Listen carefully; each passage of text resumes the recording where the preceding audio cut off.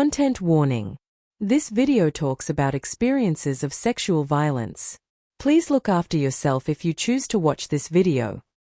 So next we've got lovely Yenn Purkis on screen, and Yenn is going to be speaking about personal safety and autism, a personal reflection. So Yenn is an autistic and ADHD advocate, presenter, and author. They are also non-binary and asexual, among other intersectional groups. Yenn has been working in the disability advocacy space for over 20 years. They are passionate about inclusion, respect, and safety for disabled folks. Yenn is the Deputy CEO, External Relations at the Disability Leadership Institute. They have many awards for their work, including the 2019 ACT Chief Minister's Inclusion Award and the 2016 ACT Volunteer of the Award of the Year. They worked in the public service for 17 years and live in an apartment that they own and share their little home with their lovely cat or kitty, Sunflower. So please welcome to the screen, Yenn. Thank you so much for that lovely intro, Mel. Really happy to be here. I've been to the other ones in the past and it's lovely to be presenting. I'm not sure if I'm working the slides or if you are. So if you're working the slides, could you advance the slide, please? There we go. Yes, here's me. The little picture there, it's my little logo Yenn picture, and it's from one of my books, From the Wonderful World of Work, and I always use it for this kind of thing. So yes, about me, I'm the author of 18 books. I'm about to sign a contract for a further 2. You are the first people to hear about that, apart from me and my co-author. They'll be finished next year, or they'll be out next year, and they're more kids' books as well.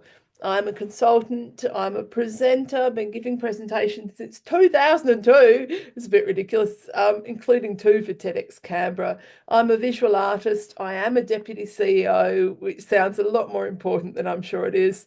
I'm a project manager and accessibility manager at a theatre company, and I'm also a coach and mentor. So, yep, Overachievers Anonymous goes to me. Next slide, please. The other things about me, and people sort of see these with me as I've succeeded despite these things, but I actually think I've succeeded because of these things. I'm autistic and ADHD. I have schizophrenia. It's not my friend. It gives me a hard time, but you know, you have to learn to live with these things. I do have a lot of problematic anxiety in terms of my gender and sexuality, which of course are very different things. I'm non-binary, transgender, and I'm also asexual. So I'm going to talk about my own journey a little bit and then talk about other people's. Some of the content in this is potentially pretty triggering, so I'll let you know that in advance. And the trigger categories would be around sexual abuse. So feel free to disappear on those instances or whatever. So yeah, I'll just let you know that. So next slide, please. So this is just some pictures. That's me with Grace Tame. How cool is that? I met Grace at a conference in Wollongong a couple of years ago, and she was keynote and I was a keynote, and we had a wonderful time together. She was just brilliant. So she's the first Australian of the year that I've actually met. She was wonderful. Up the top there is me doing a TED talk, same year, 2023. About, what did I talk about? Autigender, so the identity of being autistic and gender divergent. And I talked about that and bigotry and addressing bigotry with allyship. So that was good fun. So if you're on YouTube and you feel the need to watch a TED talk, Google me and you can see that one. It's one of the best things I've done. Really happy with it. Down the bottom there is me with one of my many co-authors, the wonderful Barb Cook. Barb Cook has the privilege and honour of being one of my mentees. So my first book was the first autism book that Barb read when she was diagnosed. And so her advocacy career and my advocacy career are premised on my book. So that's lovely. I've got 3 books with her now, and she's absolutely awesome. If you're interested in neurodiversity and employment, get in touch. Neuroemploy is her company, and they do coaching and presentations and webinars and things like that. Absolutely wonderful human being. The next slide, please. So about safety, and that little picture there, you wouldn't believe it. That's me when I was 16. And yes, I have a political t-shirt. I was a socialist when I was a teenager. Yes, it made me even less popular with the bullies. But anyway, I had a very religious upbringing. So the attitudes around sex, it was only between a straight man and a straight woman. And it was only if you were married, and if you weren't married or you were anything other than a cisgender man and cisgender woman, sex was not for you. So that was what I grew up with, which I never really, it never really seemed very sensible to me, even at the time. When I was 14, I left the church and joined the socialists. The socialists were very different around sex. They actually really celebrated sexuality and thought sex was something to be encouraged and enjoyed. So I thought that was a much nicer approach.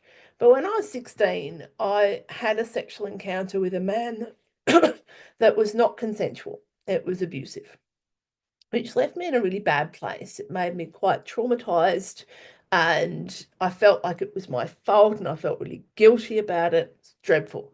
I moved out of home when I was 17 for a number of reasons.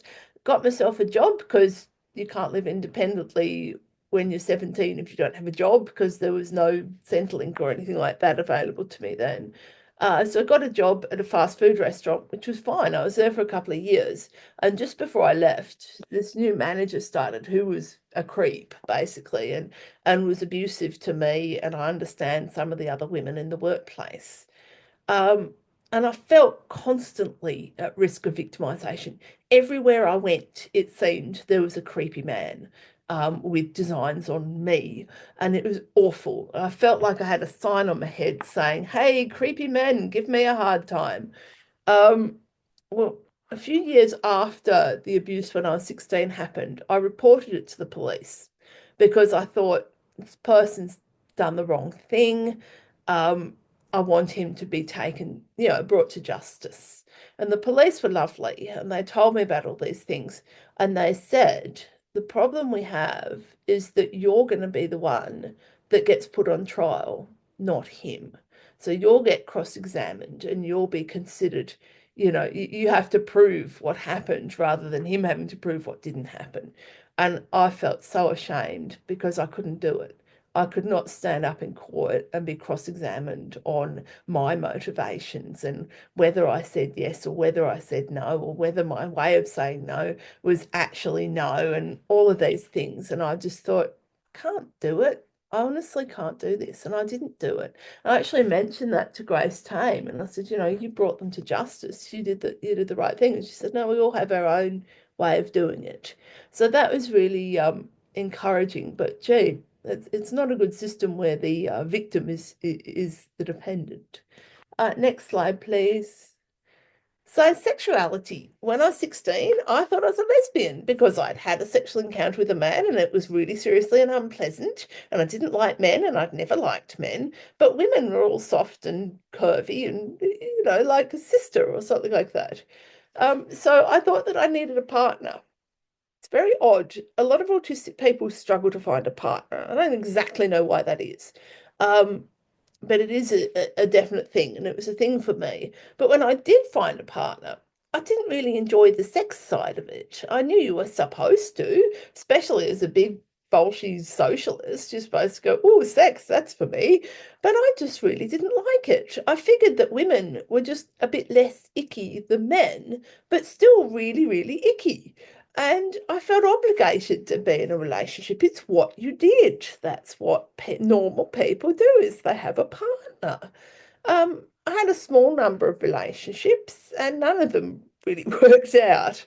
And finally, I realised at the age of 44 in 2018, hang on a sec, there's a thing called asexual or ACE, and that is me.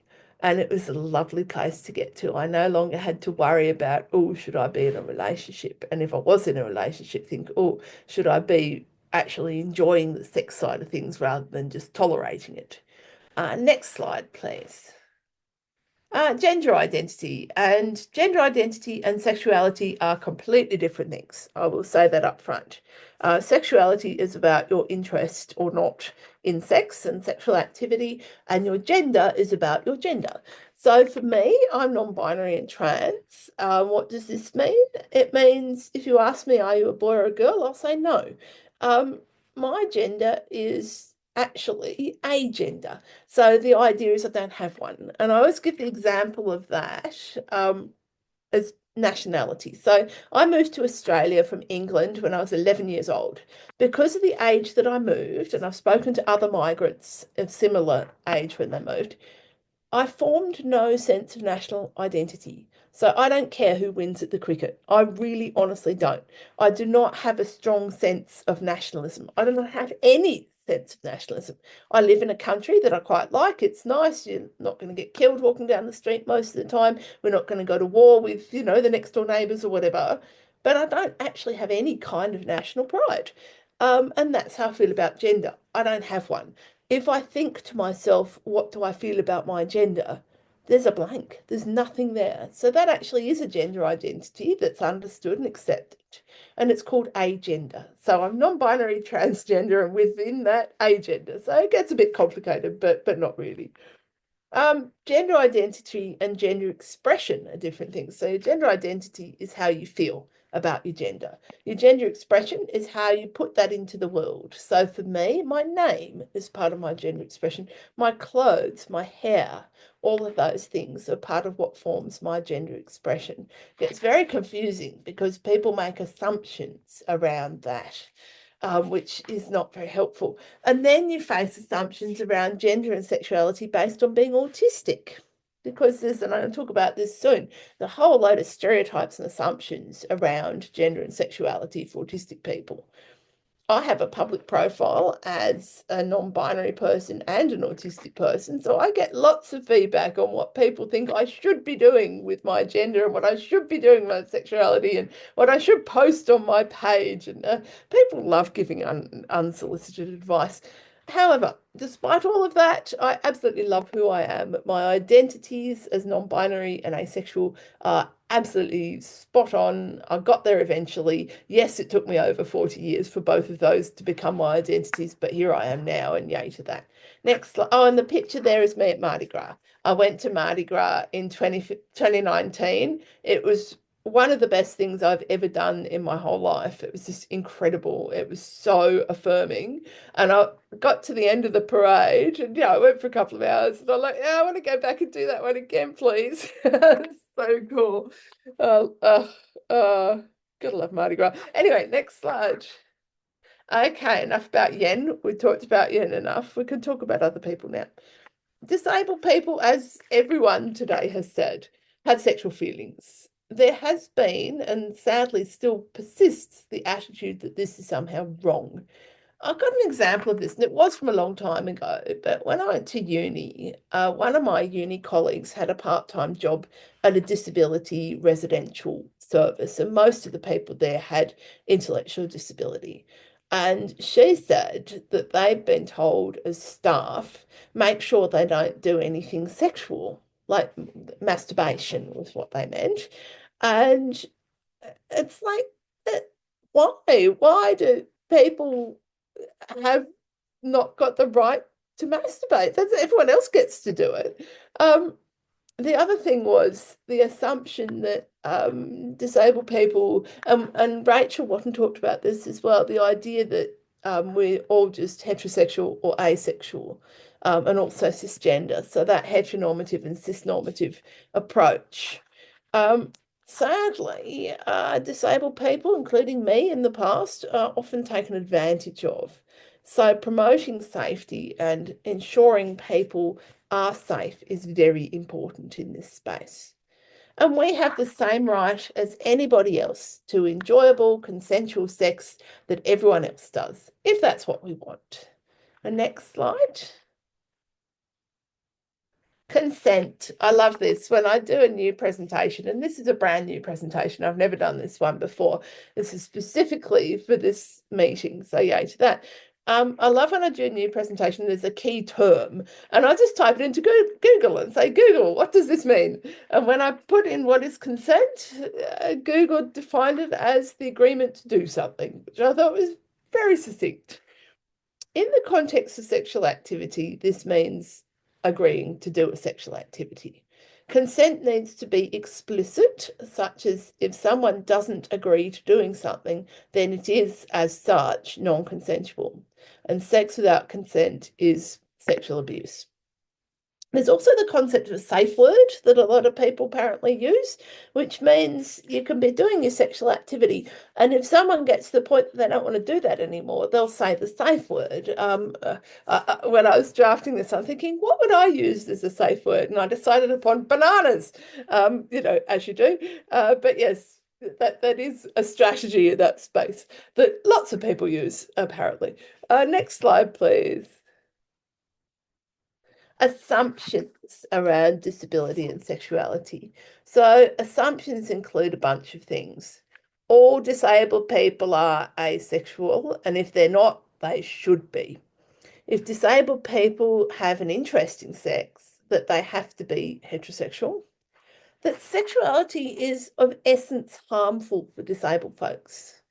That any relationships between a disabled person and a non-disabled person is of necessity abusive or non-consensual, and that disabled people should be discouraged from engaging in any kind of sexual activity. And finally, this is what can happen if you have sexual activity, disabled people cannot be effective parents. That's a whole bunch of nasty, isn't it? We better go on to the next slide, which is all about how to address the nasty, addressing assumptions around sexuality. This is one of my memes, so I do these every week usually, and I've got thousands of bloody things. I've been doing them for over 10 years. I like this one for a number of reasons. It says, it is a myth that all autistic people are asexual. Some are, but many are not. Sex and relationships are not really something to discourage unless there is abuse or exploitation going on. And then I've got the lovely graphic there, and I don't know the gender of those two people because you can't tell someone's gender by looking at them, but I suspect they're a lesbian couple. So I thought, and also they've got coloured hair and I've got coloured hair. It's all good. But yes, myth busting. Disabled people have sexual feelings just like everyone else does. Sexuality is not bad. Abusive or non-consensual sexual activity is bad, but sex itself is not. There's loads of different disability conditions. This is a very varied group with different experiences and approaches to things. Disabled people most of the time can choose whether or not to give consent.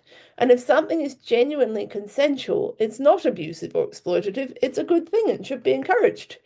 Sexual activity is a very varied thing, which can work around physical disabilities as well. You get that thing when people say, oh, but how do you do that? Yeah, how do you have sex? And you think, would you ask that to anyone else? I've got this theory about that kind of question, and the one around gender, oh, what have you got between your legs?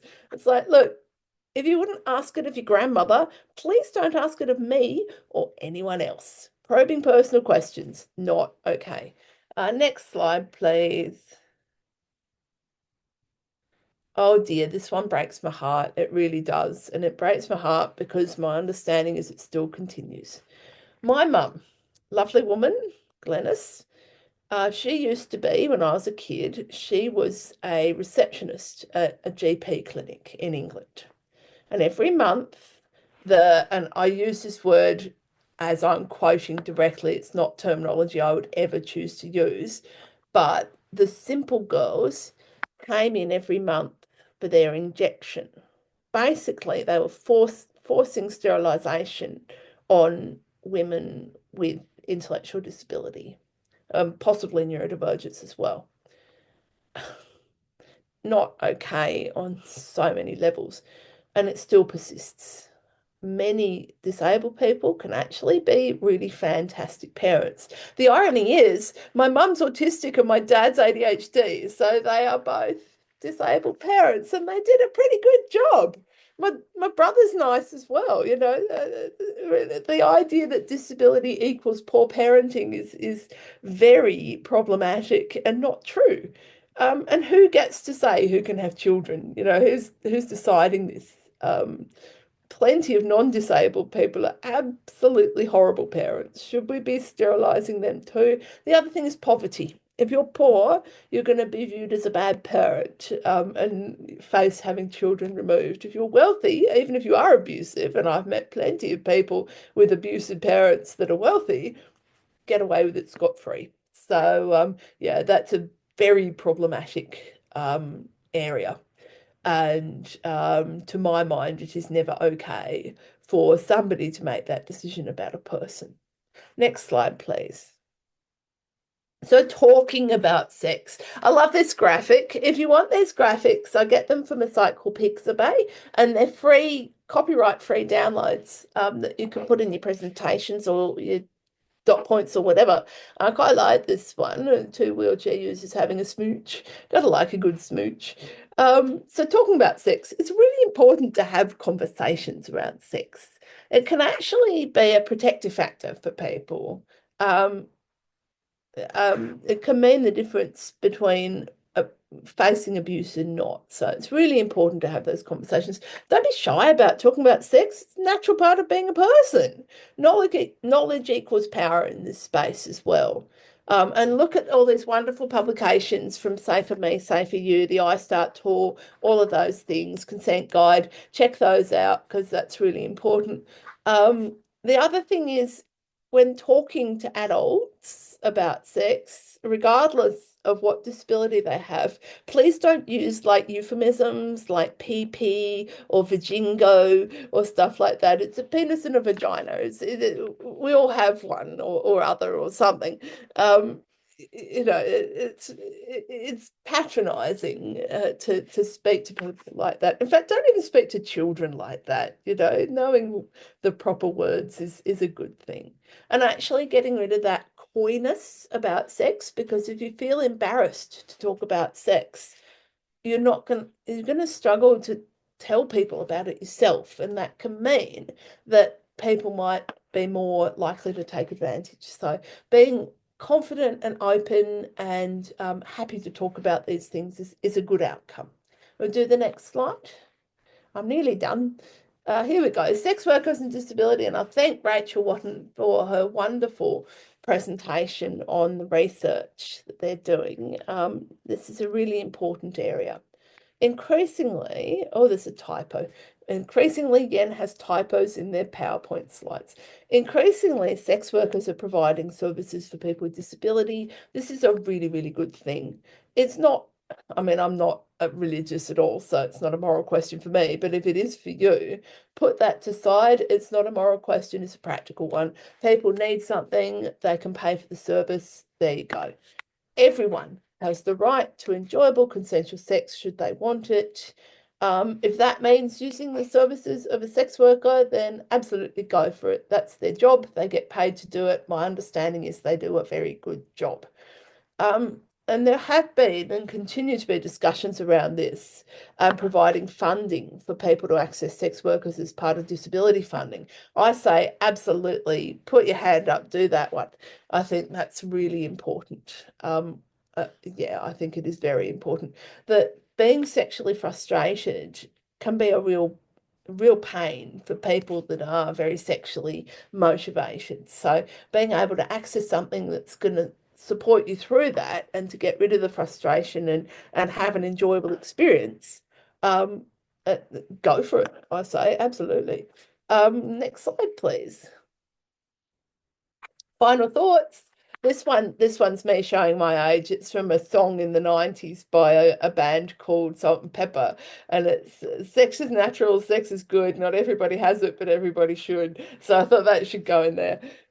Everybody has the right to safety and sexual expression. People with disability can face a range of issues in this space, including abuse and exploitation, as we talked about, ableism and assumptions, and even things like homophobia and transphobia. Sex is a many splendid thing. If you enjoy it, hey, do it. I think that's me done. I might have a little question slide now. Ah, there we go. That's the conference where I met Grace Tame. They had a rainbow staircase. And for anyone in the autism community, if you know Tim Sharp, the artist who created Laser Beat Man, his mum, Judy, took that photo. There we go. Oh, that's a very fun fact, Yenn. Thank you for that. Thank you for sharing so openly and so eloquently, like you do always such a good job at public speaking.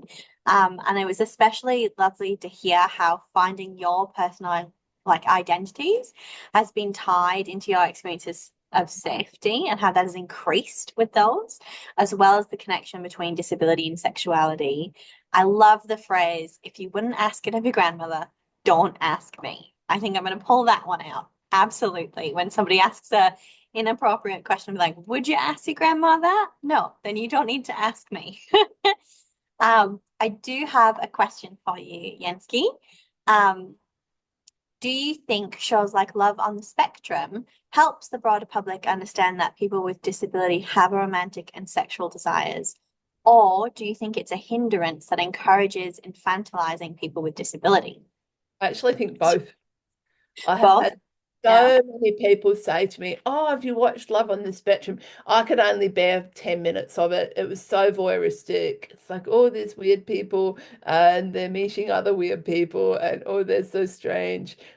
But it is representative of autism. It's just not a very good representation. And I think when we look at representation, it's often the point of the perspective of the person presenting the representation.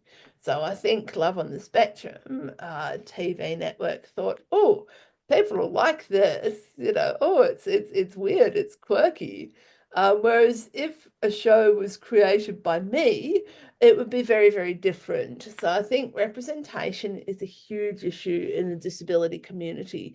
And what one person thinks is really positive, another person will say is icky. So, and I've met autistic people, not many of them, but a few who quite like Love on the Spectrum as well. But most autistic people who've seen that have gone, nah, that's not good. However, Chloe Hayden, who plays the character, an autistic character in Heartbreak High, I've heard only positive responses from autistic people to her. And you think it was a similar thing. The only difference with that is, to my understanding, Chloe approached the producers of Heartbreak High and said, if you've got an autistic character, why don't you get me to play them, because I'm autistic and I'm an actor. And so they did. So that was actually driven not by the network, but by Chloe. So I think that might be the difference there. And I think it's also quite fluid with representation. Sometimes something that someone will say, oh, that's really great, it's really good representation. Someone else will go, nah, that's not. And that's okay, it's a nuanced world. I wouldn't say Love on the Spectrum is all bad. I think, presenting autistic people as being interested in relationships does, on a very small scale, address one of those assumptions. But I think, to my mind, that program in particular didn't quite go far enough. Yeah, fantastic answer. And we have somebody who said, yes, agree. It gives more representation, but it's executed by TV producers for entertainment. And I think that's a very good point. I just want to read you one comment, and then because we've got 2 minutes left, Ian. So I'll just read to you. It says, thank you for talking about forced sterilisation. I am personally grateful for legislation like the Restrictive Practice Act 2018 that regulates the use of medications like these and label them as chemical restraints, so that we can ensure that people with disabilities aren't subjected to these practices unnecessarily. And I agree. I think your discussion of forced sterilisation was really poignant. So thank you for that, Yenn. Thank you. Sunflower wanted to say hello.